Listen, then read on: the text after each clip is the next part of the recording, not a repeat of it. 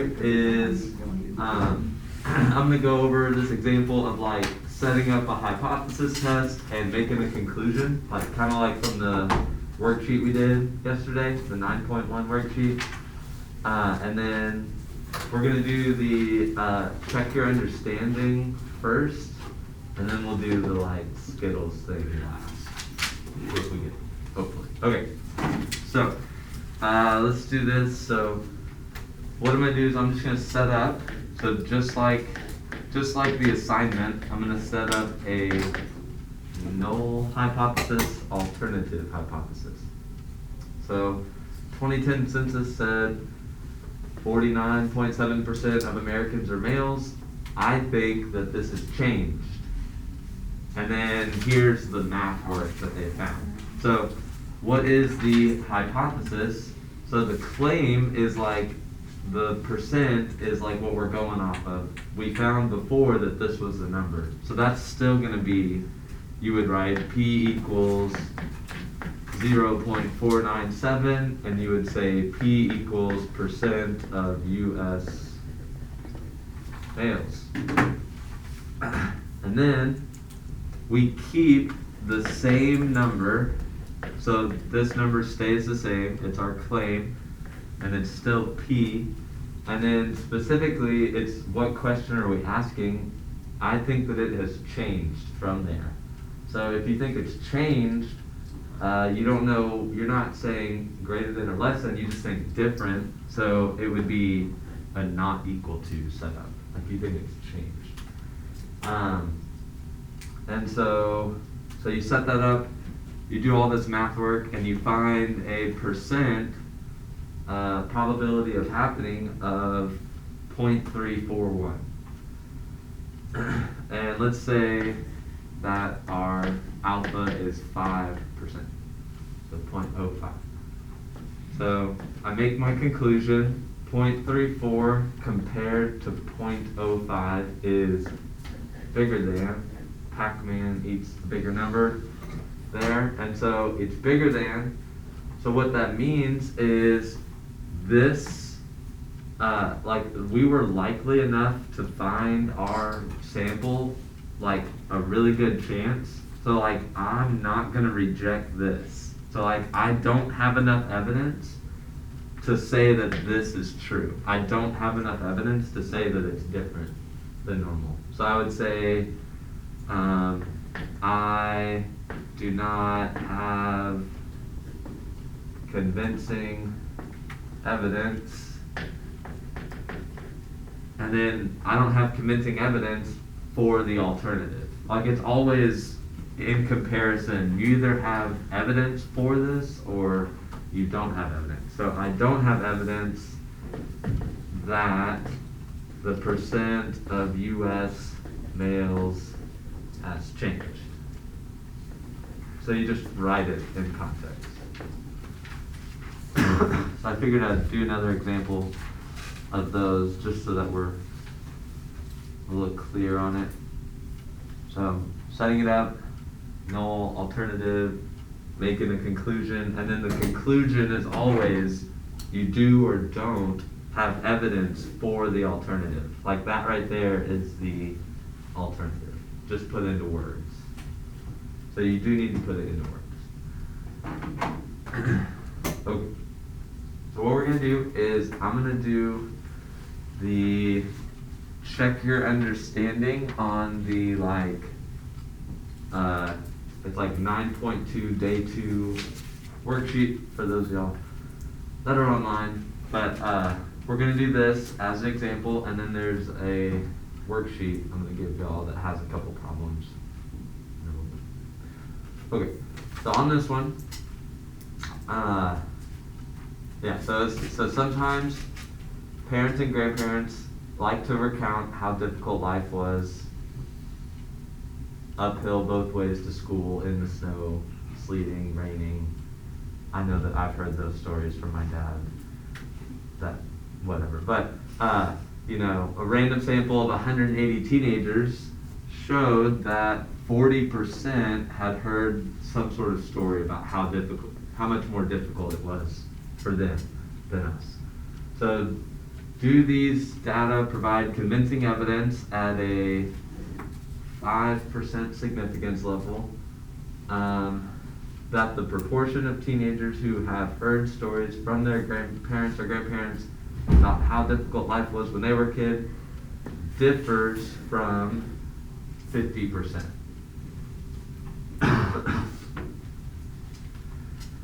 All right. So, okay. So what we're going to do, we're going to set up our hypothesis, and then we'll do the test. So what's our null, what's our alternative? So this value, 40%, is our sample. That's like our p hat. Our sample was 40%. What we're asking is the proportion of those who think life, like parents telling them life was more difficult when they were a kid, differs from 50%. So this is like, the 50% is what we're claiming. Like this right here is the claim that it was 50%. And we're trying to test, is it different than 50%? So what we ought to do is the percent equal to 50? And then this is like our test. Does it differ from 50%? So it would be P not equal to 50%. And so the not equal, I want to do this problem first because not equal has a slightly different way of doing the problem at the end. Okay, and then I'm going to say, what does P represent? P represents percent of teens hearing how hard life was, whatever. Hearing parents say life was harder, whatever, something like that. Alright, so the claim was 50%, we're testing, does it differ from 50%? And we have some sort of evidence that maybe it is different than 50%. So 40%. Alright. So we're gonna do the full problem. So we're gonna check we're gonna check the conditions. I'm not worried about y'all naming it. I actually looked it up, and on the rubrics, you don't even have to name it. Like, it's not even part of it. Like, if you just show the formula that you're doing, that lets them know you know what you're doing. You don't have to name it. So I'm not going to worry about naming. I've gotten lost in the weeds in previous years doing naming stuff. Okay, so the conditions. So the first one is, did we do a random sample? Yes, a random sample of 180 teenagers. Is 180 less than 10% of all teenagers? Yes. And then, is 180 times n times p, n times 1 minus p. So p is 50%. And then 180 times 1 minus p, which is 50%. So those are both 90, which are bigger than 10. So we're good. It's normal.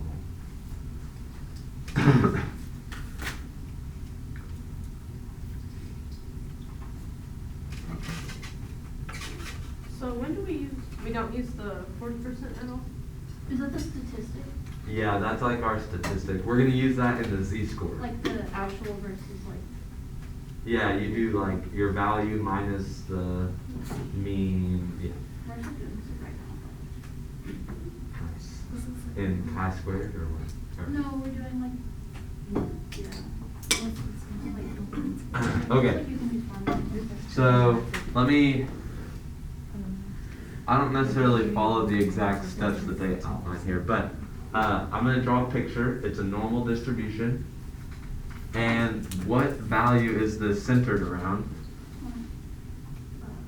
Yeah, it's centered around, we're always testing the null, and the null is that the p is 50%. And then, Okay, so here's where we're doing a not equal to test. So being not equal to means we're gonna test both less than and greater than at the same rate. So for my picture, I've got a P of 40%, so maybe I need to make this a little bigger, 40%, and I'm gonna test what percent of the graph is less than that. But I need to test both less than and greater than. So what value am I gonna test over here? What is this value that I need to look at? Yeah, 0.6. So I went 0.1, I need to just go 0.1 the other way. Symmetric, normal bell curve. Okay, so drawing the picture can help you remember to do something at the very end. We're gonna have to multiply by 2, like at the very end. So what I'm gonna do, I'm gonna get the percent less than here. So to get that percent, I'm gonna do a z-score. And so the z-score, maybe I'll just write the formula real quick so that we all understand what it is. It's like your sample value minus the population over the standard deviation. Minus population. Well, like the so like the 50%. Like you do Like minus the hypothesis. your value minus the mean. Okay. Yeah, minus the null hypothesis. So you do 40% minus 50% divided by, and then I didn't do the standard deviation separately, so like I'm just gonna put it right here. I'm gonna put the standard deviation formula. So like on the formula sheet, so formula for standard deviation of a proportion says it is P times 1 minus P divided by N, which is sample size of 180. So that's my standard deviation.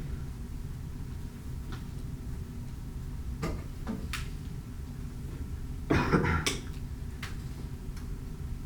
so let's see. 0.4 minus 0.5.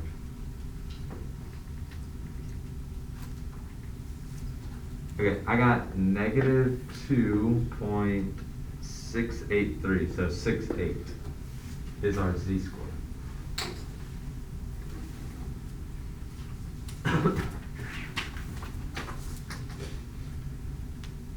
So then we get this, we look it up into the table, and what does the table say? So the z-table, negative 2.68, 0.0037? Is that what y'all got? It's kind of hard to sometimes with the class. It's like, I got 0036, that's like, what was that? Is it 6 or 7? Huh? Oh, well, I think it's 37, right? Yeah, 37. So 0037, that is this value right here, 0.0037. And so here is, if you were doing a less than or greater than, you're done, and this is your value. But since we're doing a like not equal to, I have to also do that value over here. So my last step is I have to take this value and multiply it by 2 since I'm doing a not equal to problem. So then the final p-value is like 0.0074, right? I think that's right. So then that's like our p-value. So it is important that this right here is a major difference. Like, because I'm doing not equal to, I have to do it on both sides. And it's symmetric. So just, it's a common little mistake that's always, like, it's a mistake that can be made pretty easily. Oftentimes because you're going too fast. Alright, so then this is my that's the percent chance. So then let's think about this. So if the true proportion is 50%, I had a 0.0074 chance of getting this or this over here. So I had a super small chance of getting a sample proportion that far out. So what do we need to conclude? I think it's on my next page. Nope. So the conclusion, I'll just make a new page here. So like our conclusion is, since this value is smaller than our significant level, it's so far out, it's so unlikely to happen by chance, that means that I have evidence for the alternative. That like, it actually is different from 50%. So what I'm gonna say is, I have convincing evidence because I'm using statistical analysis. So I have convincing evidence that basically that the alternative is true. So that the percent of, I don't think it's US, I think it just said teens. So that the percent of teens who hear parent complain of tougher childhood differs from 50%.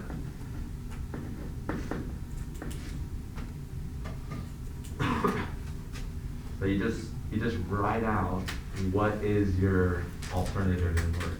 And that was our alternative, that we differ from 50%. So just take the time to write it all out. Fully.